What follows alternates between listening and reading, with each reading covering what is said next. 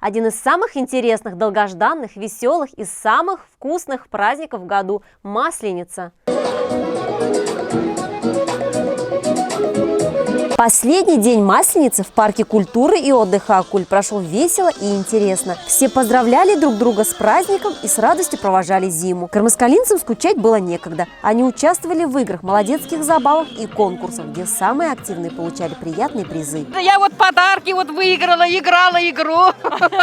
Очень радостно было, интересно было, конечно.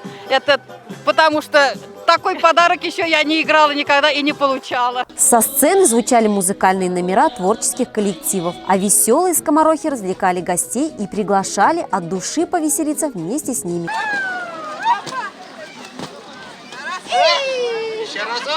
Масленица, без сомнения, всеми любимый народный праздник. Думаете, в сказку попали? На масленичном балагане скоморохи предлагали проехаться на импровизированной деревянной лошади на скорость, попрыгать через гигантскую скакалку и перетянуть канат. Мы с сестрой тянули канат и выиграли подарки. Покажите подарочки. Праздник понравился, тут конкурсы были, я машинку себе получил, только ей надо было отдать.